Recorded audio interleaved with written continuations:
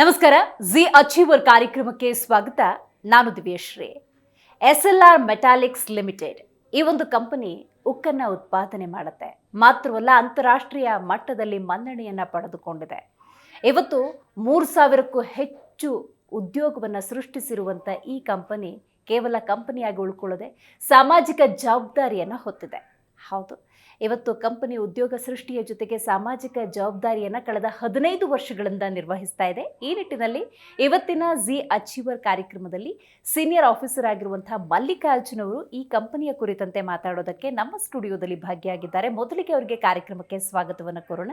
Sir, ಕಾರ್ಯಕ್ರಮಕ್ಕೆ ಸ್ವಾಗತ. ನಮಸ್ಕಾರ ಮೇಡಮ್. ಶ್ರೀ ರಾಜಕುಮಾರ್ ಗೋಯಲ್ ಉದ್ಯಮಿ. ಇವರು SLR ಮೆಟಾಲಿಕ್ಸ್ ಲಿಮಿಟೆಡ್ ಉಕ್ಕು ಉತ್ಪಾದನಾ ಕಂಪನಿಯ ಮ್ಯಾನೇಜಿಂಗ್ ಡೈರೆಕ್ಟರ್. ಈ ಕಂಪನಿ 3000ಕ್ಕೂ ಹೆಚ್ಚು ಜನರಿಗೆ ಉದ್ಯೋಗಾವಕಾಶ ಕೊಟ್ಟಿದೆ. ಹಗರಿಬೊಮ್ಮನಹಳ್ಳಿಯಲ್ಲಿರೋ SLR ಕಂಪನಿ 15 ವರ್ಷಗಳಿಂದ ಸಾಮಾಜಿಕ ಕಾರ್ಯದಲ್ಲೂ ಮುಂಚೂಣಿಯಲ್ಲಿದೆ. ವಿದ್ಯಾರ್ಥಿ ಮಿತ್ರ ಯೋಜನೆ ಮೂಲಕ ಶಿಕ್ಷಣ ಸೇವೆ, ರೈತ ಮಿತ್ರ ಯೋಜನೆ ಮೂಲಕ ರೈತರಿಗೆ ಅನುಕೂಲ, ಪರಿಸರದ ಬಗ್ಗೆ ಅಪಾರ ಕಾಳಜಿ ಹೊಂದಿದೆ ಈ ಕಂಪನಿ. ಆರೋಗ್ಯ ಮಿತ್ರ ಯೋಜನೆ ಮೂಲಕ 13 ಹಳ್ಳಿಗಳಿಗೆ ನೆರವು ನೀಡುತ್ತಿದೆ. ಸಾಮಾಜಿಕ ಮಿತ್ರ ಕಾರ್ಯಕ್ರಮದ ಮೂಲಕ ಜನಹಿತ ಕಾಪಾಡುತ್ತಿದೆ. ಇವರಿಗೆ G Kannada news achievers award ನೀಡಿ ಗೌರವಿಸಲು ನಮಗೆ ಹೆಮ್ಮೆಯಾಗುತ್ತಿದೆ.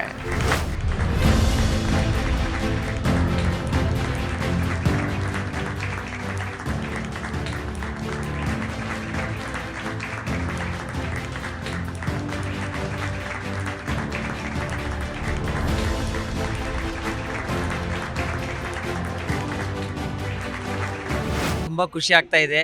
ಸಮಾಜದ ಏಕ್ದಮ್ ಕೆಳಗೆ ಮಟ್ಟ ಜೊತೆಗೆ ನಾವು ಕೆಲಸ ಮಾಡಿದವ್ರಿಗೆ ನೀವು ಜಿ ಕನ್ನಡದವ್ರು ಗುರುತಿಸಿದಿರಿ. ನಿಮಗೆ ಅಭಿನಂದನೆಗಳು. ನಿಮ್ಮಿಂದ ಸ್ಫೂರ್ತಿ ಪಡೆದು ಎಲ್ಲರೂ ನಮ್ಮಂಗೆ ಮಾಡಬೇಕು ಎಂಬುದೇ ಒಂದು ಅಭಿಪ್ರಾಯ. ಇವತ್ತೊಂದು ಕಂಪನಿ ಅಂದಾಗ ಅದರ ಆರಂಭದ ಬಗ್ಗೆ ಒಂದಷ್ಟು ಕುತೂಹಲ ಇರುತ್ತೆ. ಯಾಕೆ ಅಂತ ಹೇಳಿದ್ರೆ, ಒಂದೆರಡಲ್ಲ 3000ಕ್ಕೂ ಹೆಚ್ಚು ಜನರಿಗೆ ನೀವು ಉದ್ಯೋಗವನ್ನು ಕಲ್ಪಿಸಿಕೊಟ್ಟಿದ್ದೀರಿ. ಈ ಸಂಸ್ಥೆಯ ಬಗ್ಗೆ ತಿಳಿಸ್ಕೊಡಿ, ಅದು ಹೇಗೆ ಆರಂಭ ಆಯಿತು ಅಂತ. ಇದು SLR ಮೆಟಾಲಿಕ್ಸ್ ಲಿಮಿಟೆಡ್ ಕಂಪನಿ ಏನಿದೆ ಮೇಡಮ್, ಇದು 2005ರಲ್ಲಿ ಇದನ್ನು ಸ್ಟಾರ್ಟ್ ಮಾಡೋಕ್ಕಂತಂದು ಒಂದು ಯೋಚನೆಯಲ್ಲಿ ಶ್ರೀಯುತ ರಾಜಕುಮಾರ್ ಗೋಯಲ್, ನಮ್ಮ ವ್ಯವಸ್ಥಾಪಕ ನಿರ್ದೇಶಕರವರು, ಅವರು ಇದಕ್ಕೆ ಹಗರಿಬೊಮ್ಮನಹಳ್ಳಿ ತಾಲೂಕನ್ನೇ ಚೂಸ್ ಮಾಡ್ಕೊಂಡ್ಬಿಟ್ಟು ಅಲ್ಲಿ ಕಂಪ್ನಿ ಪ್ರಾರಂಭಿಸೋಕ್ಕೆ ಸ್ಟಾರ್ಟ್ ಮಾಡಿದ್ರು ಮೇಡಮ್. 2005ರಲ್ಲಿ ಇದಕ್ಕೆ ಪರ್ಮಿಷನ್ ಎಲ್ಲ ತೊಗೊಂಡ್ಬಿಟ್ಟು ಹಗರಿಬೊಮ್ಮನಹಳ್ಳಿ ತಾಲೂಕನ್ನ ಆಯ್ಕೆ ಮಾಡ್ಕೊಂಡ್ಬಿಟ್ಟು ಅಲ್ಲಿ ಕೆಲಸ ಸ್ಟಾರ್ಟ್ ಮಾಡೋಕ್ಕೆ ಮೊದಲನೇ ಹಂತದಲ್ಲಿ ಭೂಮಿಗಳನ್ನ ಆಯ್ಕೆ ಮಾಡ್ಕೊಂಡ್ರು. ಅಂದರೆ ಈ ಸೌಳು ಭೂಮಿ, ಜೋಗು ಪ್ರದೇಶ, ಗುಡ್ಡಗಾಡು ಪ್ರದೇಶಗಳನ್ನ ಆಯ್ಕೆ ಮಾಡ್ಕೊಂಡ್ಬಿಟ್ಟು ಅಲ್ಲಿ ಈ ಕಂಪನಿನ ಪ್ರಾರಂಭಿಸೋಕ್ಕೆ ಪರ್ಮಿಷನ್ ಎಲ್ಲ ಸಿಕ್ಕ ನಂತರ 2008ರ ನಂತರ ಕಂಪ್ನಿ ಸಂಪೂರ್ಣವಾಗಿ ಎಲ್ಲ ಮೂಲ ದಾಖಲಾತಿಗಳೊಂದಿಗೆ ನಮ್ಮ ಕಂಪ್ನಿ ಪ್ರಾರಂಭ ಆಯಿತು. ತದನಂತರ ಹಂತ ಹಂತವಾಗಿ ಬೆಳೀತಾ ಬಂತು. ಹಗರಿಬೊಮ್ಮನಹಳ್ಳಿ ತಾಲೂಕನ್ನೇ ಚೂಸ್ ಮಾಡ್ಕೊಳಕ್ಕೆ ಮೂಲ ಕಾರಣ ಏನಂತಂದ್ರೆ, ಇದು ತುಂಬ ಹಿಂದುಳಿದ ತಾಲೂಕು ಆಗಿದೆ ನಮ್ಮ ಬಳ್ಳಾರಿ ಜಿಲ್ಲೆಯಲ್ಲಿ. ಮೊದಲು ಅಖಂಡ ಜಿಲ್ಲೆಯಲ್ಲಿದ್ದಾಗ ಬಳ್ಳಾರಿ ಅಂತಿತ್ತು, ಈಗ ವಿಜಯನಗರ ಜಿಲ್ಲೆಗೆ ಮಾರ್ಪಟ್ಟಿದೆ. ಬಳ್ಳಾರಿ ಜಿಲ್ಲೆಯಲ್ಲಿ ತುಂಬ ಹಿಂದುಳಿದ ತಾಲೂಕು ಆಗಿದೆ. ಮತ್ತು ತುಂಬಷ್ಟು ಜನಕ್ಕೆ ಅಲ್ಲಿ ನೀವು ಉದ್ಯೋಗ ಇಲ್ಲದೆ ತುಂಬ ಜನ ಗುಳೆ ಹೋಗ್ತಾರೆ ಮೇಡಮ್. ಕಾಫಿ ನಾಡಿಗೆ ಆಗಿರ್ಬೋದು, ಗೋವಾ, ಬೆಂಗಳೂರು, ಈ ಥರ ಕಾರ್ಮಿಕ ಕೆಲಸಕ್ಕೆಲ್ಲ ಹೋಗ್ತದೆ. ಆ ಮೂಲ ಉದ್ದೇಶ ಮತ್ತು ಆ ಹಿನ್ನೆಲೆ ಇಟ್ಕೊಂಡ್ಬಿಟ್ಟು ಈ ಥರ ಏನು ವಲಸೆ ಹೋಗೋದನ್ನ ತಪ್ಸೋಕ್ಕೋಸ್ಕರನೇ ಒಂದು ಸಣ್ಣದಾಗಿ ಒಂದು ಕಂಪನಿ ಪ್ರಾರಂಭಿಸೋಕಂತ ಒಂದು ನಮ್ಮ MD ಸಾಹೇಬರು ಇದನ್ನು ಪ್ರಾರಂಭ ಮಾಡಿದರು. ಈಗ ಸುಮಾರು 3000ಕ್ಕೂ ಹೆಚ್ಚು ಜನಕ್ಕೆ, ಮುಖ್ಯವಾಗಿ ಸ್ಥಳೀಯರಿಗೆ ಮೊದಲನೇ ಆದ್ಯತೆ ಕೊಟ್ಬಿಟ್ಟು ಅವರಿಗೆಲ್ಲ ಉದ್ಯೋಗ ಸೃಷ್ಟಿ ಮಾಡಿದೆ ಇವತ್ತು ನಮ್ಮ ಕಂಪ್ನಿ. ಅದರಲ್ಲಿ ಸುಮಾರು 1480 ಪ್ಲಸ್ ನಮ್ಮ ಕಂಪ್ನಿ ಎಂಪ್ಲಾಯೀಸ್ ಇದ್ದಾರೆ. ಮತ್ತು ಜೊತೆಗೆ 1500ಕ್ಕೂ ಹೆಚ್ಚು ಜನ ಗುತ್ತಿಗೆ ಕಾರ್ಮಿಕರಿದ್ದಾರೆ, ಮತ್ತು ಸ್ಥಳೀಯ ಗುತ್ತಿಗೆದಾರರಿದ್ದಾರೆ. ಹೀಗೆ ನಮ್ಮ ಕಂಪ್ನಿ ಉಕ್ಕು ತಯಾರಿಕೆ ಕೇಂದ್ರವಾಗಿ ಈ ದಿನ ತುಂಬ ಯಶಸ್ವಿಯಲ್ಲಿ ಕೆಲಸ ಮಾಡ್ತಾ ಇದ್ದೇವೆ. ಖಂಡಿತ. ನಿಮ್ಮ ತಂಡ ಹಾಗೂ ಸಿಬ್ಬಂದಿ ಬಗ್ಗೆ ನಂತರ ಮಾತಾಡ್ತೀನಿ. SLR ಮೆಟಾಲಿಕ್ಸ್ ಲಿಮಿಟೆಡ್ ಈ ಒಂದು ಕಂಪನಿ ಇವತ್ತು ಅಂತಾರಾಷ್ಟ್ರೀಯ ಮಟ್ಟದಲ್ಲಿ ಮನ್ನಣೆಯನ್ನು ಪಡ್ಕೊಂಡಿದೆ. ನಿಮ್ಮ ಸಪ್ಲೈ ಎಲ್ಲ ಕಡೆಗೂ ಹೋಗ್ತಾ ಇದೆ. ಇದ್ರ ಬಗ್ಗೆ ತಿಳಿಸ್ಕೊಡಿ ಅಂತ. ಓಕೆ ಮೇಡಮ್, ನಮ್ಮದು ಕ್ವಾಲಿಟಿ ಮೇನ್. ಆ ಕ್ವಾಲಿಟಿ ಉಕ್ಕು ತಯಾರಿಕೆಯಲ್ಲಿ ಮೊದಲನೇ ಆದ್ಯತೆ ಇರೋದ್ರಿಂದ ಎಲ್ಲ ಕಡೆಯಿಂದನೂ ನಮಗೆ ಬೇಡಿಕೆ ಜಾಸ್ತಿ ಇದೆ. ಅದಕ್ಕೋಸ್ಕರ ಮತ್ತು ದೇಶೀಯ ಮತ್ತು ಅಂತಾರಾಷ್ಟ್ರೀಯ ಮಟ್ಟದಲ್ಲಿ ನಮ್ಮದು ಇದು ಸೇಲ್ಸ್ ಎಲ್ಲ ಇದೆ ಮೇಡಮ್. ನಮ್ದು ಉತ್ತಮವಾದ ಗುಣಮಟ್ಟದ ಉಕ್ಕು ತಯಾರಿಕೆಯಲ್ಲಿ ಇರೋದ್ರಿಂದಾಗಿ ನಮಗೆ ಇವತ್ತು ನಮ್ದು ಒಂದು ಒಳ್ಳೆ ಕಡೆ ಗುರುಸ್ಕೊಂಡಿದೆ. ಖಂಡಿತ. SLR ಮೆಟಾಲಿಕ್ಸ್ ಲಿಮಿಟೆಡ್ ಅಲ್ಲಿ ಏನೆಲ್ಲ ತಯಾರಾಗುತ್ತೆ? ಮೇಡಮ್ ಇದು ನಮ್ಮದು ಮುಖ್ಯವಾಗಿ ಸಾಫ್ಟ್ ಸ್ಟೀಲ್ ಮೇಡಮ್. ಉಕ್ಕು ತಯಾರಿಕೆದೆ ಮೊದಲನೇ ಅದೇ ನಮ್ದು ತಯಾರಾಗೋದು ಮೇಡಮ್. ಓಕೆ, ಮತ್ತೆ ನಮ್ದು ಡಸ್ಟ್ ಫ್ರೀ ಫ್ಯಾಕ್ಟ್ರಿ, ನಮ್ದು ಡಸ್ಟ್ ಇರಲ್ಲ ಮೇಡಮ್. ಏನಂತಂದ್ರೆ ಪರಿಸರಕ್ಕೆ ಧೂಳಿನ ಸಮಸ್ಯೆ, ಹೊಗೆ ಸಮಸ್ಯೆ ಈ ತರ ಯಾವುದು ಇರೋದಿಲ್ಲ ಹೆಚ್ಚಾಗಿ. ನಮ್ದು ಡಸ್ಟ್ ಫ್ರೀ ಫ್ಯಾಕ್ಟ್ರಿ ಇದು. ಈ ಸಾಫ್ಟ್ ಸ್ಟೀಲ್ ಅಂದ್ರೆ ಏನು, ಅದರ ಉಪಯೋಗಗಳೇನು, ಇದ್ರ ಬಗ್ಗೆ ತಿಳಿಸ್ಕೊಡ್ಬೋದು? ಓಕೆ ಮೇಡಮ್, ಸಾಫ್ಟ್ ಸ್ಟೀಲ್ ಮುಖ್ಯವಾಗಿ ಇದು ಇಂಜನ್, ವಾಹನಗಳ ಇಂಜನ್ಗೆ ಹೆಚ್ಚಾಗಿ ಬಳಸ್ತಾ ಇದ್ದಾರೆ ಮೇಡಮ್. ಮತ್ತು ಈ ವಿಮಾನ ತಯಾರಿಕೆಯಲ್ಲಿ ಆಗಿರ್ಬೋದು, ಇಂಜನ್ ಅದು ವಾಹನಗಳ ಇಂಜನ್ ತಯಾರಿಕೆಯಲ್ಲಿ ಹೆಚ್ಚಾಗಿ ಇದನ್ನು ಬಳಸ್ತಾ ಇದ್ದಾರೆ ಮೇಡಮ್. ಅದಕ್ಕೋಸ್ಕರ ಸಾಫ್ಟ್ ಸ್ಟೀಲ್ ಅಂತಂದೇ ನಾವು ಮೆನ್ಷನ್. ಈಗ ಈ ಥರದ ತಯಾರಿಕಾ ಘಟಕಗಳನ್ನು ಆರಂಭ ಮಾಡಬೇಕು ಅನ್ನೋದಾದರೆ ಈಗ ಅದಕ್ಕೆ ಆದಂಥ ಯಂತ್ರಗಳನ್ನೇನಾದರೂ ಬಳಕೆ ಮಾಡಬೇಕಾಗತ್ತೆ. ಇದು ಹೆಂಗೆ ಕಾರ್ಯನಿರ್ವಹಿಸುತ್ತೆ, ಕಾರ್ಯಾಚರಣೆ ಬಗ್ಗೆ ತಿಳಿಸ್ಕೊಡ್ಬೋದಾ? ಮೇಡಮ್ ಇದು ಪ್ರತಿಯೊಂದಕ್ಕೂ ಅಪ್ಡೇಟ್ ಯಂತ್ರಗಳು ಅಂದರೆ ತುಂಬ ತಂತ್ರಜ್ಞಾನವಂತ ಯಂತ್ರಗಳನ್ನು ಬಳಸಬೇಕಾಗತ್ತೆ. ಅವನು ಬಳಸ್ತಾ ಇದೀವಿ ನಾವು ಈಗ. ಅದನ್ನ ಬಳಕೆ ಮಾಡಿರೋದ್ರಿಂದನೇ ಇವತ್ತು ಉತ್ತಮವಾದನ್ನ ನಾವು ಹುಕ್ಕಿನ ತಯಾರಿಕೆಯಲ್ಲಿ ಮುಂಚೂಣಿಯಲ್ಲಿ ಇದೀವಿ ಮೇಡಮ್. ಈಗ ಅಪ್ಡೇಟ್ ಎಲ್ಲವೂ ತುಂಬಾ ಆಧುನಿಕ ತಂತ್ರಜ್ಞಾನಗಳನ್ನು ಬಳಸಿಬಿಟ್ಟು ಅಂತಹ ಯಂತ್ರೋಪಕರಣಗಳನ್ನೇ ಬಳಸ್ತಾ ಇದೀವಿ ಮೇಡಮ್ ನಾವು. ಖಂಡಿತ. ಇದೆಲ್ಲದರ ಜೊತೆಗೆ ಈಗ ಯಾರೇ ಆಗಿದ್ರು ಕೂಡ ನಿಮ್ಮಿಂದ ಉಕ್ಕನ್ನ ಅಥವಾ ಸ್ಟೀಲನ್ನು ಪಡ್ಕೊಳ್ಬೇಕು ಅನ್ನೋದಾದ್ರೆ ಗುಣಮಟ್ಟ ಅನ್ನೋದು ಬಹಳ ಮುಖ್ಯ ಆಗುತ್ತೆ. ಆ ನಿಟ್ಟಿನಲ್ಲಿ ನಾವು ನೋಡ್ತಾ ಹೋಗೋದಾದ್ರೆ ಗುಣಮಟ್ಟವನ್ನು ಕಾಯ್ದುಕೊಳ್ಳುವಂಥ ನಿಟ್ಟಿನಲ್ಲಿ ನೀವೇನೆಲ್ಲ ಪ್ರಯೋಗಗಳನ್ನು ಮಾಡಿದ್ದೀರಿ ಅಂತ? ಮೇಡಮ್, ಈಗ ಗುಣಮಟ್ಟಿಗೆ ಅಂತಂದೇಳ್ಬಿಟ್ಟು ಅದಕ್ಕೆ ಆದಂಥ ಒಂದು ಅಧಿಕಾರ ವರ್ಗ ಇರ್ತದೆ ಮೇಡಮ್. ಅವ್ರು ಬಂದ್ಬಿಟ್ಟು ಅದನ್ನು ಆ ಸ್ಟೀಲ್ನ ಮ್ಯಾನುಫ್ಯಾಕ್ಚರಿಂದ ಹಿಡಿದ್ಬಿಟ್ಟು ಅದು ತಯಾರಿಕೆ ಆದಮೇಲೆ ಹೊರಗಡೆ ಬಂದ ನಂತರ ಅದು ಕ್ವಾಲಿಟಿ ಚೆಕ್ ಅಂತ ಇರ್ತದೆ ಮೇಡಮ್. ಅದನ್ನೆಲ್ಲದಕ್ಕೂ ನಮಗೆ ಆದಂಥ ಒಂದು ಸ್ಟಾಫ್ ಸಿಸ್ಟಮ್ ಇದೆ ಮೇಡಮ್. ಪ್ರತಿಯೊಂದು ಹಂತದಲ್ಲಿನೂ ಅವರು ಅದನ್ನ ಪರೀಕ್ಷೆ ಮಾಡ್ತಾ ಹೋಗ್ತಾರೆ. ಅದು ಕ್ವಾಲಿಟಿ ಬಂದ ನಂತರನೇ ಅದನ್ನ ನಾವು ಮಾರ್ಕೆಟಿಗೆ ಬಿಡ್ತೀವಿ ಹೊರತು ಅಷ್ಟು ಅಕಸ್ಮಾತ್ ಕ್ವಾಲಿಟಿ ಏನಾದರೂ ಕಡಿಮೆ ಇತ್ತು ಅಂತಂದ್ರೆ ಅದನ್ನ ನಾವು ಮಾರ್ಕೆಟ್ಗೆಲ್ಲ ಬಿಡಲ್ಲ ಮೇಡಮ್. ಅದನ್ನ ಇವತ್ತು ಈ ಒಂದು ಕಂಪನಿ ಈ ಮಟ್ಟಿಗೆ ದೊಡ್ಡ ಹೆಸರನ್ನ ಮಾಡಿದೆ ಅನ್ನೋದಾದ್ರೆ ಸಿಬ್ಬಂದಿ ಸಹಕಾರ ಅನ್ನೋದು ಬಹಳ ಮುಖ್ಯ ಆಗುತ್ತೆ. 3,000ಕ್ಕೂ ಹೆಚ್ಚು ಸಿಬ್ಬಂದಿಯನ್ನು ನೀವು ಹೊಂದಿರೋದ್ರಿಂದಾಗಿ ಅವರ ಸಹಕಾರದ ಬಗ್ಗೆ, ಅವರ ವರ್ಕ್ ನೇಚರ್ ಬಗ್ಗೆ, ಇದ್ರ ಬಗ್ಗೆ ತಿಳಿಸ್ಕೊಡಿ.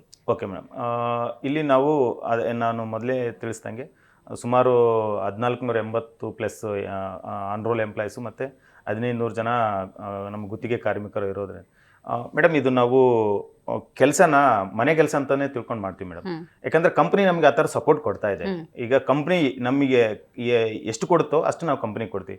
ಒಂದು ಮಾತಿದೆ, ನಾವು ಏನು ನಮಗೇನು ಕಂಪ್ನಿ ಕೊಟ್ಟಿದ್ದ ಅನ್ನೋದಕ್ಕಂತ ಕಂಪ್ನಿ ನಾವು ಏನು ಕೊಡ್ತೀವಿ, ಡೆಡಿಕೇಶನ್ ಮೇಡಮ್. ನಾವು ಅಂದ್ರೆ ಎಲ್ಲಾ ಸ್ಟಾಫ್ಗಳು ತುಂಬಾ ಡೆಡಿಕೇಟ್ ಆಗಿ ಕೆಲಸ ಮಾಡ್ತೀವಿ ಮೇಡಮ್. ನಮಗೆ 8 ಅವರ್ಸ್ ಡ್ಯೂಟಿ ಏನಿದೆ ಅಲ್ಲ, 8 ಅವರ್ಸ್ ಡ್ಯೂಟಿನೂ ಫುಲ್ ಫ್ಲೆಜ್ಡ್ ಆಗಿ ನಾವಲ್ಲಿ ಅದನ್ನ ನಾವು ಅಲ್ಲಿ ಆ ಕೆಲಸಕ್ಕೆ ನಿಯೋಗಿಸ್ತೀವಿ ಮೇಡಮ್. ಅದರಿಂದ ಇವತ್ತು ಕಂಪನಿ ಇಷ್ಟು ಮಟ್ಟಿಗೆ ಬೆಳೀತಾ ಇದೆ, ಇನ್ನೂ ಬೆಳೀತಾ ಇದೆ ಮೇಡಮ್, ಇನ್ನೂ ಎಕ್ಸ್ಪೆಂಡ್ ಆಗ್ತಾ ಇದೆ.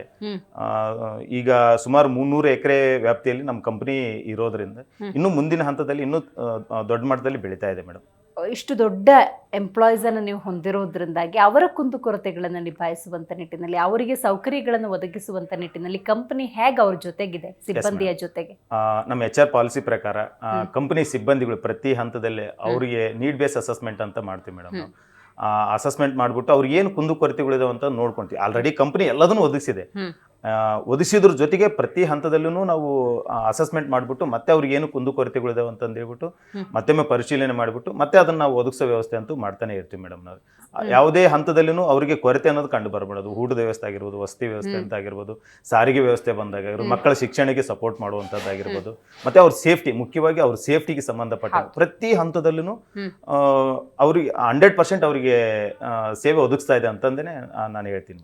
ಭಾರತ ಅಂದಾಗ ಉದ್ಯೋಗದ ಸಮಸ್ಯೆ ಅನ್ನೋದು ಕಾಣ್ತಾ ಇದೆ, ನಿರುದ್ಯೋಗ ಸಮಸ್ಯೆ ಅನ್ನೋದು ಹೆಚ್ಚು.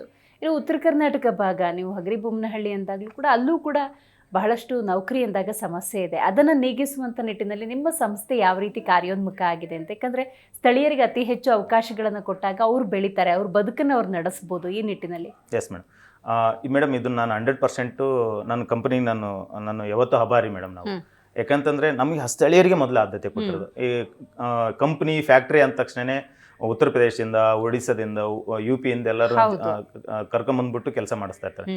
ಇಲ್ಲಿ ಮಿನಿಮಮ್ ಸ್ಟಾಫ್ನ ಅಷ್ಟೇ ಇಟ್ಕೋ, ಸೆಕ್ಯೂರಿಟಿ ಡಿಪಾರ್ಟ್ಮೆಂಟ್ ಆ ಥರ ಸ್ಟಾಫ್ನ ಅಷ್ಟೇ ಇಟ್ಕೊಂಡ್ಬಿಟ್ಟು ಉಳಿದಂತೆ ಕಂಪನಿ ಒಳಗಡೆ ಎಲ್ಲದನ್ನು ನಮ್ಮ ಸ್ಥಳೀಯವಾಗಿರೋರಿಗೆ ಮೊದಲ ಆದ್ಯತೆ ಕೊಟ್ಬಿಟ್ಟು ಕೆಲಸ ಕೊಟ್ಟು ಸುತ್ತಮುತ್ತಲ ಹಳ್ಳಿಯವ್ರಿಗೆ ಫಸ್ಟ್ ಮೊದಲ ಆದ್ಯತೆ ಮೇಡಮ್.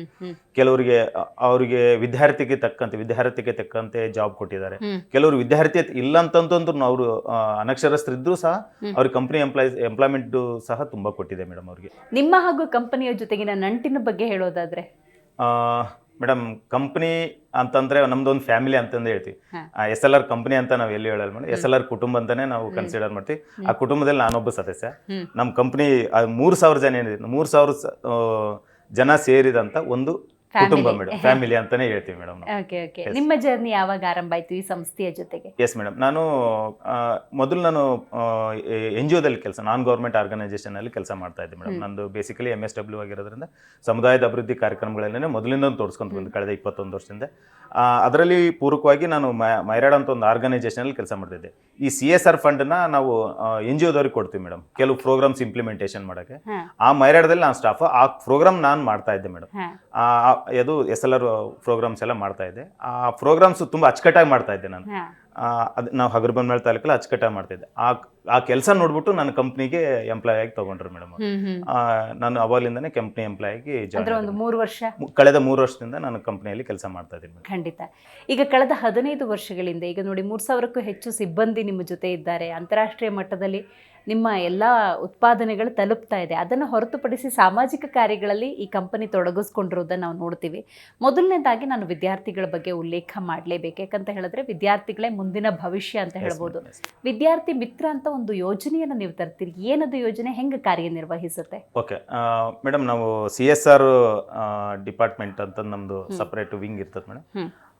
ಇದರಲ್ಲಿ ನಾವು 4 ವಿಂಗ್ಗಳಲ್ಲಿ ಕೆಲಸ ಮಾಡ್ತಾ ಇದ್ದೀವಿ. ವಿದ್ಯಾರ್ಥಿ ಮಿತ್ರ, ಆರೋಗ್ಯ ಮಿತ್ರ, ರೈತ ಮಿತ್ರ ಮತ್ತು ಸಾಮಾಜಿಕ ಮಿತ್ರ ಅಂತಂದು. ಇದರಲ್ಲಿ ಮುಖ್ಯವಾಗಿ ಫಸ್ಟ್ ನಾವು ವಿದ್ಯಾರ್ಥಿ ಮಿತ್ರ ಅಂತಂದು ಮಾಡ್ಕೊಂಡಿರೋದು ಮೂಲ ಉದ್ದೇಶ ಏನಂತಂದ್ರೆ ಪ್ರಯಾರಿಟಿ ಶಿಕ್ಷಣಕ್ಕೆ ನಾವು ಸಸ್ಟೈನ್ ಮಾಡ್ಬೇಕು ಮೇಡಮ್. ಏನಾದ್ರು ನಾನು ತುಂಬಷ್ಟು ನನ್ನ ಗಾದೆ ಮಾತುಗಳು ಮತ್ತೆ ಕಥೆಗಳನ್ನು ಕೇಳ್ತೀವಿ. ಅದರಲ್ಲಿ ಒಂದು ಮಾತು ಹೇಳ್ತಾರೆ, ನಾವು ಮೀನು ಹಿಡಿದು ಕೊಡೋದನ್ನು ಕಲಿಸ್ಬಾರ್ದು, ಮೀನು ಹಿಡಿಯೋದನ್ನೇ ಕಲ್ಸ್ಕೊಟ್ರಿಗಿನ ಅವ್ರ ಜೀವನ ಪೂರ್ತಿ ಅವ್ರು ಸಸ್ಟೈನ್ ಆಗಿ ಬದುಕ್ತಾರೆ. ನಾವು ಒಂದು ದಿವಸ ಮೀನು ಹಿಡ್ಕೊಟ್ರೆ ಮರು ದಿವಸ ನಮಗೋಸ್ಕರ ಕಾಯ್ತಾ ಇರ್ತಾರೆ. ಅದನ್ನ ನಾವು ಕಂಪನಿ ನಮ್ದು ಯಾವತ್ತೂ ಮಾಡಲ್ಲ ಮೇಡಮ್. ಮೀನು ಹಿಡಿಯೋದನ್ನ ಕಲ್ಸ್ಕೊಡ್ತಾರೆ. ನಮ್ MD ಸಾರು ಅದನ್ನೇ ಹೇಳೋದು, ನೀವು ಏನೇ ಕೆಲಸ ಮಾಡ್ರಿ, CSR ಆಕ್ಟಿವಿಟೀಸ್ ಅಲ್ಲಿ ಏನೇ ಕೆಲಸ ಮಾಡಿದ್ರು ನೀವು ಸಸ್ಟೈನ್ ಮಾಡ್ರಿ, ಡಿಪೆಂಡೆನ್ಸಿ ಕ್ರಿಯೇಟ್ ಮಾಡ್ಬೇಡ್ರಿ ಅಂತಂದೇಳ್ಬಿಟ್ಟು ವಿದ್ಯಾರ್ಥಿ ಮಿತ್ರ ಯೋಜನೆ ತಂದ್ಬಿಟ್ಟು ಅದರಲ್ಲಿ ಮುಖ್ಯವಾಗಿ ನಮ್ದು ಹಿಂದುಳಿದ ತಾಲೂಕು ಆಗಿರೋದ್ರಿಂದ ಹೆಣ್ಮಕ್ಳನ್ನ ಸ್ಕೂಲ್ ಡ್ರಾಪ್ ಔಟ್ ಮಾಡಿಸ್ತಾರೆ ಮೇಡಮ್. ಮಕ್ಕಳನ್ನ ಆ ಹೆಣ್ಮಕ್ಳಿಗೆ ನಾವು 8ನೇ ತರಗತಿಯಿಂದನೇ ಫೀಸ್ ಸಪೋರ್ಟ್ ಮಾಡುತ್ತೇವೆ.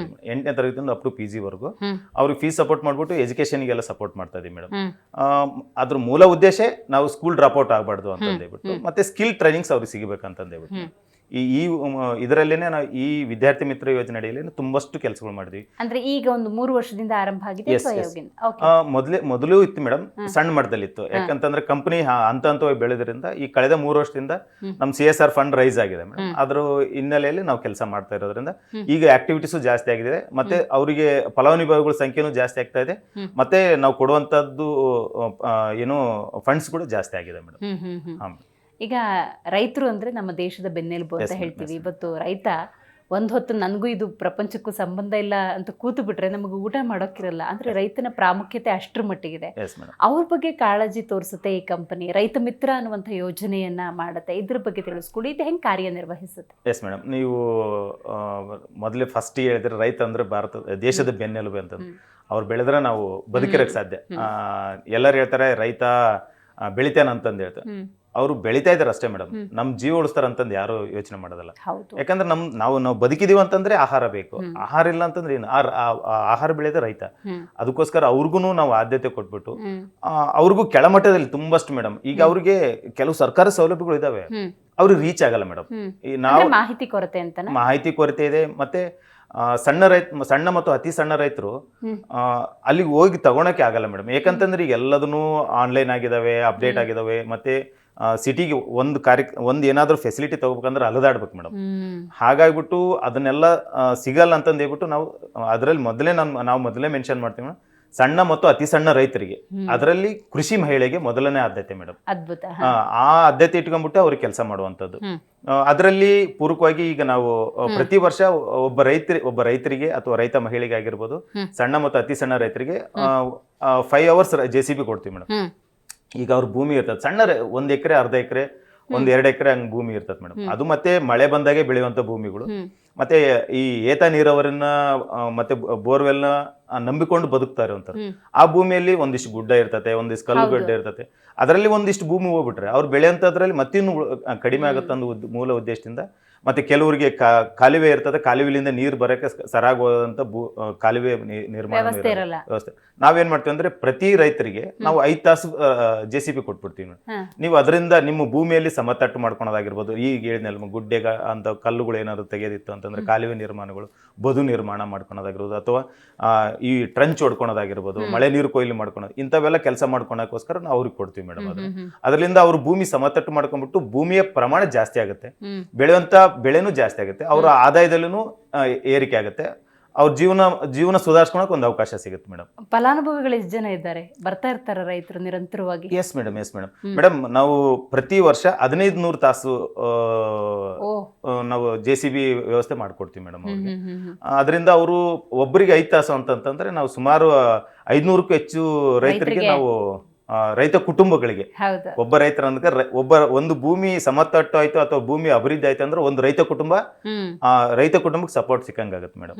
ಆ ತರ ಮಾಡ್ತೀವಿ. ಇವಾಗ ಸ್ಪ್ರೇಯರ್ ಮಿಷನ್ ಮೇಡಮ್, ನಾವು ಔಷಧ ಸಿಂಪರಣೆ ಮಾಡೋಕೆ ಸ್ಪ್ರೇಯರ್ ಮಿಷನ್ ಎಲ್ಲ ಡಿಸ್ಟ್ರಿಬ್ಯೂಟ್ ಪ್ರತಿ ಹಳ್ಳಿಗೆ 30 ಕೊಡ್ತಾ ಇದೀವಿ ಮೇಡಮ್. ಅದ್ ಕಾರಣ ಏನಂತಂದ್ರೆ ಈಗ ಒಂದು ದಿನ ಸ್ಪ್ರೇ ಮಾಡ್ಬೇಕಂತಂದ್ರೆ 100 to 200 ರೂಪೀಸ್ ಕೊಟ್ಬಿಟ್ಟು ಬಾಡಿಗೆ ತಗೊಂಬರ್ಬೇಕು ಮೇಡಮ್. ಅದು ಕೂಡ ಅವ್ರಿಗೆ ಹೊರೆ ಆಗತ್ತೆ ಮೇಡಮ್. ಯಾಕಂದ್ರೆ ಬೆಳೆಯೋದು ಎಷ್ಟು ಬೆಳೆದಿತ್ತೋ ಅವ್ರಿಗೆ ಬೆಲೆ ನಿಗದಿ ಪಡಿಸಿಲ್ಲ ರೈತರಿಗೆ. ಮತ್ತೆ ಅವರಿಗೆ ಸಿಗುವಂತ ಬೆಳೆದಿದ್ದಕ್ಕೆ ಅದಕ್ಕೆ ಕನಿಷ್ಠ ಬೆಲೆನೂ ಸಿಗ್ತಾ ಇಲ್ಲ. ಅದರಲ್ಲಿ ಮತ್ತೆ ಈ ಬಾಡಿಗೆ ತಂದ್ಬಿಟ್ಟು ಮತ್ತೆ ಅದು ಬಾಡಿಗೆ ತರೋದಿಲ್ಲ, ಅದೇನಾದ್ರು ರಿಪೇರಿ ಬಂತಂದ್ರೆ ಮತ್ತೆ ಅದನ್ನ ರಿಪೇರಿ ಮಾಡಿಸ್ಕೊಡ್ಬೇಕಾಗತ್ತೆ ಮೇಡಮ್. ಹಾಗಾಗ್ಬಿಟ್ಟು ನಾವು ಪ್ರತಿ ಸಣ್ಣ ಮತ್ತು ಅತಿ ಸಣ್ಣ ರೈತರಿಗೆ ಈ ಸ್ಪ್ರೇಯರ್ ಮಿಷನ್ ಕೂಡ ಉಚಿತವಾಗಿ ಕೊಟ್ಟಿದ್ದೀವಿ. ಸುತ್ತಮುತ್ತ ಎಷ್ಟು ಹಳ್ಳಿಗಳನ್ನ ಕವರ್ ಮಾಡಿದ್ದೀರಿ ಮೇಡಮ್? ನಾವು ನಮ್ಮ ಕಂಪನಿ ಸುತ್ತಮುತ್ತಲು 13 ಹಳ್ಳಿಗಳು ಕವರ್ ಮಾಡ್ತಾ ಇದೀವಿ ಮೇಡಮ್, ನಮ್ಮ ವ್ಯಾಪ್ತಿಗೆ ಬರುವಂತ ಹಳ್ಳಿಗಳು. ಅದರಲ್ಲಿ ಮರಬೇಳ ಗ್ರಾಮ ಪಂಚಾಯತ್ ಅಂಡರಲ್ಲಿ ಬರುವಂತ ಎಲ್ಲ ಹಳ್ಳಿಗಳಿಗೂ ಕವರ್ ಮಾಡಿ. ಈಗ ನಿಮ್ದೇ ಎಂಪ್ಲಾಯಿ ಯಾರೋ ಒಬ್ರು ರೈತ ಕುಟುಂಬವನ್ನು ಹೊಂದಿದ್ದಾರೆ, ಅವ್ರಿಗೂ ಕೂಡ ಇದರ ಫಲವನ್ನು ಪಡ್ಕೋಬಹುದಾ? ಪ್ರಯಾರಿಟಿ ಫಸ್ಟ್ ನಾವು ಅಲ್ಲಿರುವಂತ ಬಡ ರೈತರಿಗೆ ಕೊಡ್ತೀವಿ ಮೇಡಮ್. ಅದರಲ್ಲಿ ಏನಾದ್ರು ಉಳಿತು ಅಂತಂದ್ರೆ ಅದರಲ್ಲಿ ನಾವು ಫಿಲ್ಟರ್ ಮಾಡ್ತೀವಿ ಮೇಡಮ್. ಅದರಲ್ಲಿ ಈಗ ನಾವು ಕಂಪನಿ ಎಂಪ್ಲಾಯೀಸ್ ಅಲ್ಲಿನೂ ಅದರಲ್ಲಿ ಬಡವರು ಇದ್ರು ಅಂತಂದ್ರೆ ಅವ್ರಿಗೆ ಫಸ್ಟ್ ಪ್ರಯಾರಿಟಿ ಮೇಡಮ್. ಖಂಡಿತ. ಈ ಸಾಮಾಜಿಕ ಮಿತ್ರ ಅನ್ನುವಂಥ ಯೋಜನೆಯನ್ನ ಹಾಕೊಳ್ತೀರಿ, ಏನಿದು ಮೇಡಮ್? ಸಾಮಾಜಿಕ ಮಿತ್ರ ಅಂತಂದ್ರೆ ಓವರ್ ಆಲ್ ಎಲ್ಲದಕ್ಕೂ ಬಂತು ಮೇಡಮ್.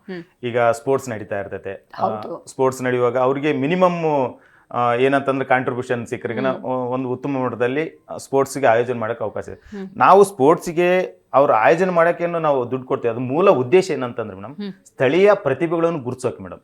ಒಳ್ಳೆ ಕ್ರಿಕೆಟರ್ಸು, ಒಳ್ಳೆ ಕಬಡ್ಡಿ ಪ್ಲೇಯರ್ ಆಗಿರ್ಬೋದು, ಒಳ್ಳೆ ಖೋಖೋ ಪ್ಲೇಯರ್ ಆಗಿರ್ಬೋದು, ಈ ತರ ಪ್ರತಿಭೆಯನ್ನು ಗುರುತಿಸೋಕೆ ಒಂದು ಅವಕಾಶ. ಅವರಿಗೆ ವೇದಿಕೆನೇ ಸಿಕ್ಕಿಲ್ಲ ಅಂತಂದ್ಮೇಲೆ ಅವ್ರು ಗುರುತಿಸೋಕೆ ಹೇಗೆ ಸಾಧ್ಯ ಮೇಡಮ್? ಅದಕ್ಕೋಸ್ಕರ ನಾವು ಮಿನಿಮಮ್ ಅವ್ರಿಗೆ ಸಪೋರ್ಟ್ ಮಾಡ್ತೀವಿ.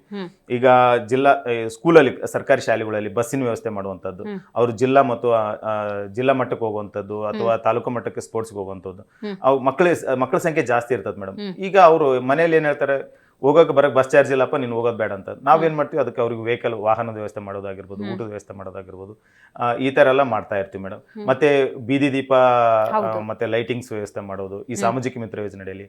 ಮತ್ತೆ ಈ ಜೀರ್ಣೋದ್ಧಾರ, ದೇವಸ್ಥಾನಗಳು ಜೀರ್ಣೋದ್ಧಾರ, ಈ ತರ ಎಲ್ಲ ಮಾಡ್ತಾ ಇರ್ತೀವಿ.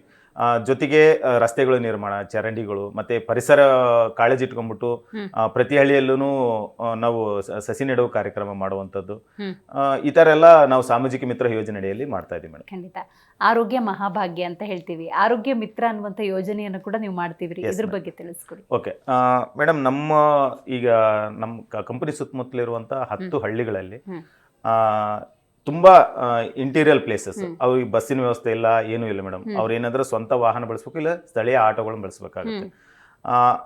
ಆರೋಗ್ಯ ತುಂಬಾ ಎಮರ್ಜೆನ್ಸಿ ಮೇಡಮ್, ಅದನ್ನ ಯಾವತ್ತೂ ತುರ್ತು ಅಂತಾನೆ ಹೇಳ್ತೀವಿ ನಾವು. ಯಾವುದೇ ಆಗಿರ್ಬೋದು, ಅವ್ರಿಗೆ ಮಿನಿಮಮ್ ಮೆಡಿಸಿನ್ಸ್ ಅವ್ರಿಗೆ ಏನಾದ್ರು ಸಪೋರ್ಟ್ ಸಿಕ್ತು ಅಂತಂದ್ರೆ ಅವರು ಆರೋಗ್ಯವಾಗಿ ಬದುಕಕ್ಕೆ ಸಾಧ್ಯ. ಆ ಹಿನ್ನೆಲೆ ಇಟ್ಕೊಂಡ್ಬಿಟ್ಟು ನಾವು ಪ್ರತಿ ಹಳ್ಳಿಯಲ್ಲಿನೂ ನಾವು ಉಚಿತ ಆರೋಗ್ಯ ಶಿಬಿರಗಳನ್ನು ಆಯೋಜನೆ ಮಾಡ್ತಾ ಇದೀವಿ ಮೇಡಮ್. ಎಲ್ಲರೂ ಶಿಬಿರಗಳು ಅದು ರೆಗ್ಯುಲರ್ ಆಗಿ ಅದು ಒಂದು ಫಿಕ್ಸ್, ಒಂದು ವಿಲೇಜ್ಗೆ ಈ ವಾರ ಬರ್ತದೀವಿ ಅಂತ ಫಿಕ್ಸ್ ಇರ್ತದೆ ಮೇಡಮ್. ಸೋಮವಾರ ಲೋಕಪ್ಪನವಲ ಅಂತ ಒಂದು ಗ್ರಾಮ, ಅಲ್ಲಿ ಪ್ರತಿ ವಾರ ಅಲ್ಲಿಗೆ ಹೋಗ್ತಾರಲ್ಲ ಮೇಡಮ್. ಒಂದು ವಾರ ಬಿಟ್ಟು ಒಂದು ವಾರ 15 ದಿನಕ್ಕೊಮ್ಮೆ ಹೋಗ್ತಾರೆ ಮೇಡಮ್. ಹೋದಾಗ ನಮ್ದು ಟೋಟಲ್ ಒಂದು ಆಂಬ್ಯುಲೆನ್ಸ್ ಇರ್ತದೆ, ಒಬ್ಬ ಡಾಕ್ಟರ್ ಇರ್ತಾರೆ, ಒಬ್ಬ ಫಾರ್ಮಸಿಸ್ಟ್ ಇರ್ತಾರೆ, ಒಬ್ರು ನರ್ಸಿಂಗ್ ಸ್ಟಾಫ್ ಇರ್ತಾರೆ, ಒಬ್ರು ಆಫೀಸ್ ಬಾಯ್ ಇರ್ತಾರೆ, ಒಬ್ಬ ಡ್ರೈವರ್ ಇರ್ತಾನೆ, ಮತ್ತೆ ನಾವು CSR ಸಿಬ್ಬಂದಿ ಒಬ್ರು ಇರ್ತಾರೆ ಮೇಡಮ್. ನಾವು ಹೋದ ತಕ್ಷಣ ಸುಮಾರು 100-150 ಜನ ಅಲ್ಲಿ ಕಾಯ್ತಾ ಇರ್ತಾರೆ ಮೇಡಮ್. ಅವ್ರಿಗೆ ಎಲ್ಲ ಥರದ್ದು ಸಾಮಾನ್ಯ ಕಾಯಿಲೆಗಳಿಗೆ ಎಲ್ಲದಕ್ಕೂ ನಾವು ಚಿಕಿತ್ಸೆ ಕೊಡ್ತೀವಿ. ಅಲ್ಲಿ ಬ್ಲಡ್ ಟೆಸ್ಟ್ ಸಹ ಮಾಡ್ತೀವಿ madam, sugar test, urinal test ಕೂಡ ಮಾಡ್ತೀವಿ. ಮತ್ತೆ ಅವರಿಗೆ ಉಚಿತವಾಗಿ ಎಲ್ಲಾ ತರದ ಮೆಡಿಸಿನ್ಸ್ ನಾವು 15 ದಿನಕ್ಕಾಗಷ್ಟು ನಾವು ಮೆಡಿಸಿನ್ಸ್ ಕೊಡ್ತೀವಿ ಮೇಡಮ್ ಅಲ್ಲಿ. ಜೊತೆಗೆ ಏನಾದರೂ ಅವರಿಗೆ ಈ ಕ್ರಾನಿಕ್ ಕಾಯಿಲೆಗಳು ಅಂತ ಹೇಳ್ತೀವಿ, ಏನಾದರೂ ದೊಡ್ಡ ಮಟ್ಟದ ಕಾಯಿಲೆಗಳು ಕಂಡು ಬಂತು ಅಂತಂದ್ರೆ ನಾವು ಸ್ಥಳೀಯವಾಗಿರುವಂಥ ಆರೋಗ್ಯ PHC ಆಗಿರ್ಬೋದು, CH ಆಗಿರ್ಬೋದು, ಅಥವಾ ತಾಲೂಕು ಆರೋಗ್ಯ ಕೇಂದ್ರಗಳಿಗೆ ಅವ್ರಿಗೆ ರೆಫರ್ ಮಾಡಿಬಿಟ್ಟು ಸರ್ಕಾರದಲ್ಲಿ ಸಿಗುವಂಥ ಸೌಲಭ್ಯಗಳು ಅವರಿಗೆ ನಾವು ಲಿಂಕ್ ಮಾಡ್ಕೊಡ್ತೀವಿ ಮೇಡಮ್. ಅಲ್ಲಿ ಹೋಗ್ಬಿಟ್ಟು ಅಲ್ಲಿ ಅವರು ಚಿಕಿತ್ಸೆ ಪಡೆಯುವಂಥದ್ದು ಕೆಲಸನೂ ಮಾಡ್ತಾ ಇದ್ದಾರೆ ಮೇಡಮ್. ಜೊತೆಗೆ ಈ TB ಪೇಷಂಟ್ಸ್ಗಳು ಎಲ್ಲಿರ್ತಾರೆ ಮೇಡಮ್, ಅವರಿಗೆ ಈಗ ಕಂಪನಿ ಅದು ಸರ್ಕಾರದಿಂದ ಅವರಿಗೆ 500 ರೂಪೀಸ್ ಪೌಷ್ಟಿಕ ಆಹಾರಕ್ಕೋಸ್ಕರ ಅಕ್ಷಯ ಮಿತ್ರ ಯೋಜನೆ ಅಡಿಯಲ್ಲಿ ಕೊಡ್ತಾರೆ ಮೇಡಮ್. ಬಟ್ ಅದು ಸರಿಯಾದ ಸಮಯಕ್ಕೆ ತಲುಪಲ್ಲ ಅವ್ರಿಗೆ, ತುಂಬಾ ಡಿಲೇ ಆಗುತ್ತೆ. ಅದಕ್ಕೋಸ್ಕರ ನಾವೇನಂತಂದ್ರೆ ಪ್ರತಿ ತಿಂಗಳು ನಮ್ಮ ಅಗ್ರಬೊಮ್ಮನಹಳ್ಳಿ ತಾಲೂಕಲ್ಲಿ ಬರುವಂತ ಎಲ್ಲ TB ರೋಗಿಗಳಿಗೆ ನಾವು ಪೌಷ್ಟಿಕ ಆಹಾರವನ್ನು ಕೂಡ ಸಹ ವಿತರಣೆ ಮಾಡ್ತಾ ಇದೀವಿ ಮೇಡಮ್. ಅದ್ರ ಜೊತೆಗೆ ಐ ಕ್ಯಾಂಪ್ ಮಾಡ್ತೀವಿ. ಮತ್ತೆ ಅವರಿಗೆ ಐ ಕ್ಯಾಂಪ್ ಮಾಡ್ಬಿಟ್ಟು ಐ ಆಪರೇಷನ್ ಎಲ್ಲ ಫ್ರೀಯಾಗಿ ಮಾಡಿಸ್ತೀವಿ. ಸ್ಪೆಕ್ಟ್ ಏನಾದರೂ ಕನ್ನಡಕದ ಅವಶ್ಯಕತೆ ಅಂತಂದ್ರೆ ಉಚಿತವಾಗಿ ಕನ್ನಡಕನೂ ಕೊಡಿಸ್ತೀವಿ ಮೇಡಮ್. ಜೊತೆಗೆ ಈ ಕಿವಿದಾಗಿರ್ಬೋದು, ಈ ತರ ಚಿಕಿತ್ಸೆಗಳು ಇವೆಲ್ಲವೂ ನಾವು ಮಾಡ್ತಾ ಇದೀವಿ ಮೇಡಮ್. ಮತ್ತೆ ಜೊತೆಗೆ ಬ್ಲಡ್ ಡೊನೇಷನ್ ಕ್ಯಾಂಪ್ಗಳು, ಮತ್ತೆ ಬೆಂಗಳೂರು ಅಂತ ದೊಡ್ಡ ಸಿಟಿಯಲ್ಲಿರುವಂಥ ತುಂಬಷ್ಟು ಹಾಸ್ಪಿಟ್ಲಿಂದ ಲಿಂಕ್ ತೊಗೊಂಡ್ಬಿಟ್ಬಿಟ್ಟು ನಾವು ದೊಡ್ಡ ಮಟ್ಟದಲ್ಲಿ ಒಂದು ಕ್ಯಾಂಪ್ಗಳು ಕೂಡ ಆಯೋಜನೆ ಮಾಡ್ತೀವಿ ಮೇಡಮ್. ಈ ಇವರು ಗೈನಕಾಲಜಿಸ್ಟ್, ಮತ್ತೆ ಕಾರ್ಡಿಯಾಲಜಿಸ್ಟು, ಕ್ಯಾನ್ಸರ್ ತಜ್ಞರು, ಮತ್ತೆ ಮಹಿಳಾ ತಜ್ಞರು, ಚರ್ಮರೋಗ ತಜ್ಞರು, ನ್ಯೂರಾಲಜಿಸ್ಟು, ಸೈಕಾಟ್ರಿಸ್ಟು ಎಲ್ಲರನ್ನೂ ಒಂದು ವೇದಿಕೆಯಲ್ಲಿ ಕರೆಸ್ಬಿಟ್ಟು ಒಂದು ಕ್ಯಾಂಪ್ ಮಾಡೋದು. ಸುತ್ತಮುತ್ತಲು ನಮ್ಮ 10 ಹಳ್ಳಿ ಅಲ್ಲದೆ ಬೇರೆ ಬೇರೆ ಹಳ್ಳಿಯಿಂದ ಸುಮಾರು 30-40 ಹಳ್ಳಿಗಳಿಂದ ಬಂದ್ಬಿಟ್ಟು ನಾವು ಅದ್ರ ಏನು ಸದುಪಯೋಗ ಪಡಿಸ್ಕೊತಾ ಇದ್ದಾರೆ ಮೇಡಮ್. ಮತ್ತೆ ಹೆಚ್ಚಿನ ಮಟ್ಟದ ಏನಾದರೂ ಅವ್ರಿಗೆ ಆಪರೇಷನ್ ಅಂತವಿತ್ತು ಅಂತಂದ್ರೆ ಅವರು ಇಲ್ಲಿ ಬೆಂಗಳೂರಿಗೆಲ್ಲ ಬಂದ್ಬಿಟ್ಟು ಉಚಿತವಾಗಿನೇ ಅವರು ಚಿಕಿತ್ಸೆ ಪಡೆಯುವಂಥ ಉದಾಹರಣೆಗಳು ಕೂಡ ಸಹ ಇದಾವೆ ಮೇಡಮ್ ನಮ್ಮಲ್ಲಿ. ಖಂಡಿತ. ಸಹಜವಾಗಿ ನೀವು ಆಗಲೇ ಮಾತಾಡ್ತಾ ಇರ್ಬೇಕಾದ್ರೆ ಕಂಪ್ನಿ ಬಗ್ಗೆ ಉಲ್ಲೇಖ ಮಾಡುವಾಗ ಡಸ್ಟ್ ಫ್ರೀ ಅನ್ನೋದು ಹೇಳಿದ್ರಿ, ಆವಾಗಲೇ ಗೊತ್ತಾಯ್ತು ಪರಿಸರದ ಕಾಳಜಿ ಅಂತ ಹೇಳಿ. ಸೊ ಈ ನಿಟ್ಟಿನಲ್ಲಿ ಈಗ ಪರಿಸರದ ಬಗ್ಗೆ ಕೂಡ ಕಾಳಜಿ ಹೊಂದಬೇಕು. ಸಮಾಜಕ್ಕೆ ಗಿಡ ನೆಡುವ ಕಾರ್ಯಕ್ರಮ ಇರ್ಬೋದು, ಅಥವಾ ಯಾವುದಾದ್ರೂ ಒಂದು ಪರಿಸರದ ಕಾಳಜಿಯ ನಿಮಿತ್ತ ಕಾರ್ಯಕ್ರಮಗಳನ್ನು ಏನಾದ್ರು ಹಮ್ಮಿಕೊಳ್ತೀರಾ ಕಂಪನಿ ವತಿಯಿಂದ? ಖಂಡಿತವಾಗಿ ಮೇಡಮ್. ಪ್ರತಿ ವರ್ಷ ನಾವು ಕಳೆದ ವರ್ಷ ನಾವು ಸುಮಾರು 16,000ಕ್ಕೂ ಹೆಚ್ಚು ಸಸಿಗಳನ್ನು ನೆಡ್ತೀವಿ. 16,000ಕ್ಕೂ ಹೆಚ್ಚು? Yes madam. ಮೇಡಮ್ ನಾವು ಸಸಿನ ನೆಡೋದಷ್ಟೇ ಅಲ್ಲ ಮೇಡಮ್, ಅದನ್ನ ಆರೈಕೆ ಮಾಡ್ತೀವಿ ಮುಖ್ಯವಾಗಿ. ಮತ್ತೆ ನಾವು ನಮ್ಮ ಹಳ್ಳಿಗಳಲ್ಲಿರುವಂಥ ಸುತ್ತಮುತ್ತಲ ಹಳ್ಳಿಗಳಿರುವಂಥ ಪ್ರತಿ ವರ್ಷನೂ ಗಿಡಗಳು ಪ್ಲಾಂಟೇಶನ್ ಮಾಡಿ ಮತ್ತೆ ನಾವು ಹುಡುಕ್ತಾ ಇರ್ತೀವಿ ಮೇಡಮ್, ಎಲ್ಲಿಯಾದ್ರೂ ಸರ್ಕಾರಿ ಜಾಗಗಳು ಇದಾವೇನೋ. ಯಾಕಂದ್ರೆ ಈಗ ಸ್ಥಳದ ಅಭಾವ ತುಂಬಾ ಇದೆ ಮೇಡಮ್. ಹಾಗಾಗಿಬಿಟ್ಟು ನಾವು ಮೊನ್ನೆ ವಿಜಯನಗರ ಜಿಲ್ಲೆಯಲ್ಲಿ ಹೊಸದಾಗಿ ಸಶಸ್ತ್ರ ಮೀಸಲು ಪಡೆ ಇದು ಆಫೀಸ್ ಓಪನ್ ಆಯ್ತು, SP ಆಫೀಸ್ ಹತ್ರ. ಅಲ್ಲೆಲ್ಲದನ್ನು ಸಸಿ ಹಾಕಿದೀವಿ. ಮತ್ತೆ ಅವಕ್ಕೆಲ್ಲ ಸೇಫ್ಟಿಗೋಸ್ಕರ ನಮ್ಮ ಟ್ರೀ ಗಾರ್ಡ್ ಎಲ್ಲ ಹಾಕಿದ್ವಿ ಮೇಡಮ್. ಈ ತರ ಪ್ರತಿ ಹಳ್ಳಿಯಲ್ಲೂ ಮಾಡ್ತಾ ಇರ್ತೀವಿ. ಮತ್ತೆ ಕಂಪನಿ ಒಳಗಡೆ ಹೊರಗಡೆ ಸುತ್ತಮುತ್ತಲು ಎಲ್ಲದೂ ಪ್ಲಾಂಟೇಶನ್ ಮಾಡ್ತೀವಿ ಮೇಡಮ್. ಮತ್ತೆ ಆರೈಕೆನೂ ಮಾಡ್ತೀವಿ ನಾವು. ಇಂಥ ಕಂಪನಿ ಹಲವಾರು ಯೋಜನೆಗಳನ್ನು ಹಾಕೊಂಡಿದೆ ಅಂದ್ರೆ ಸರ್ಕಾರದ ಸಪೋರ್ಟು, ಸುತ್ತಮುತ್ತ ಈಗ ಆಡಳಿತ ವರ್ಗ ಅಂದಾಗ ಕೆಲವೊಂದು ಅನುಮತಿಗಳನ್ನು ಪಡ್ಕೊಳ್ಬೇಕಾಗತ್ತೆ, ಇದೆಲ್ಲ ನಿರಾತಕವಾಗಿ ಸಿಗತ್ತಾ? ಖಂಡಿತವಾಗಿ ಮೇಡಮ್. ನಾವು ಮೇಡಮ್ ನಮ್ಮ ಕಂಪನಿ CSR ಯಾವುದೇ ಆಕ್ಟಿವಿಟೀಸ್ ಮಾಡಿ ಮೇಡಮ್ ಪಾರದರ್ಶಕತೆ ಕನ್ನಡಿ ತರನೇ ಇರ್ತದೆ ಮೇಡಮ್. ನಾನು ಪ್ರತಿ ಕಾರ್ಯಕ್ರಮ ಏನೇ ಮಾಡಿದ್ರು ನಾವು ಅದನ್ನ ನಾವು ನ್ಯೂಸ್ಗೆ ಕೊಡ್ತೀವಿ ಮೇಡಮ್.